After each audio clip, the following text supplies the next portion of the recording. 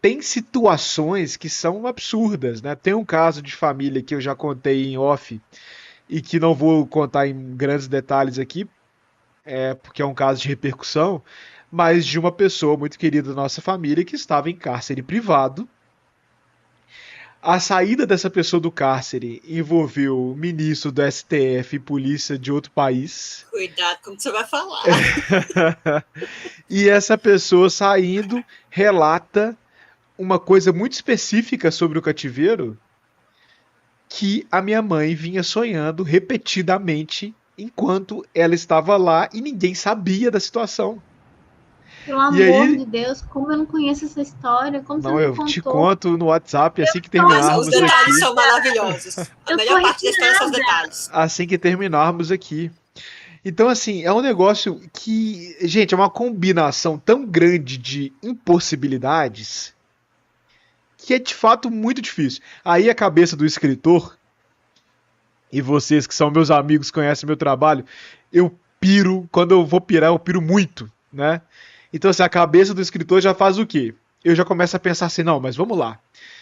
Porque me interessa a questão da racionalidade, porque é a questão da racionalidade, para mim, que dá enredo. Eu acho que por isso talvez eu não seja um escritor de terror, por exemplo.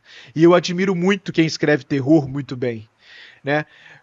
Por quê? Porque quando eu começo, como a minha tendência é racionalizar as experiências, porque é disso que sai um enredo para mim, o enredo sai do processo de tentar racionalizar e aí vem vários detalhes e a história vira um monstro cheio de detalhes e caminhos, não é?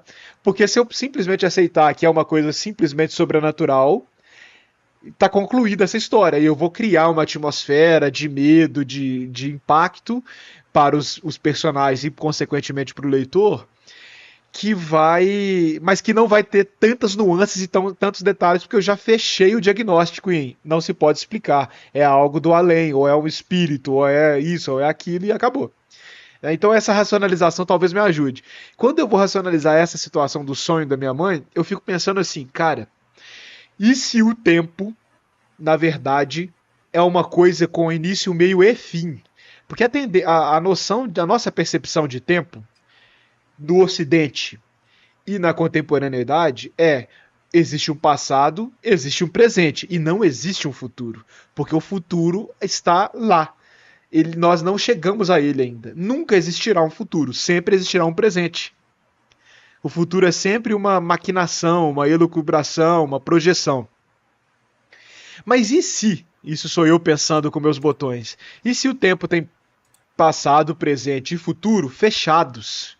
Se o tempo já está fechado numa coisa só, ele já existe. Veja, não estou falando de destino, mas isso também implica destino, né? Então, aí indo pesquisar algumas coisas, descubro que na verdade já existem teorias científicas. Eu estou chamando de teoria por pura ignorância científica, né? Porque a teoria não é qualquer ideia, a teoria é um status científico. É o grau mais alto em que uma ideia científica chega. Antes de ser teoria, ela vai ser tese, ela vai ser várias coisas antes. Então eu estou chamando de teoria porque eu não sei se de fato é uma teoria, como a teoria da relatividade, como a teoria da gravidade, são coisas, né, que a gente consegue experimentar. Mas digamos que é uma tese. Existe uma tese, então, física, de que o tempo ele está encapsulado, ele já existe, e nós estamos em algum ponto. E se o tempo já é uma coisa, ele pode ser manipulado. Então, na sua estrutura, na sua composição física, né, ele pode ser manipulado. E aí, se ele pode ser manipulado, significa que eu consigo acessar o futuro e acessar o passado. E disso nasce uma série de possibilidades de narrativas de, por exemplo, previsões do futuro, de, por exemplo, viagens no tempo,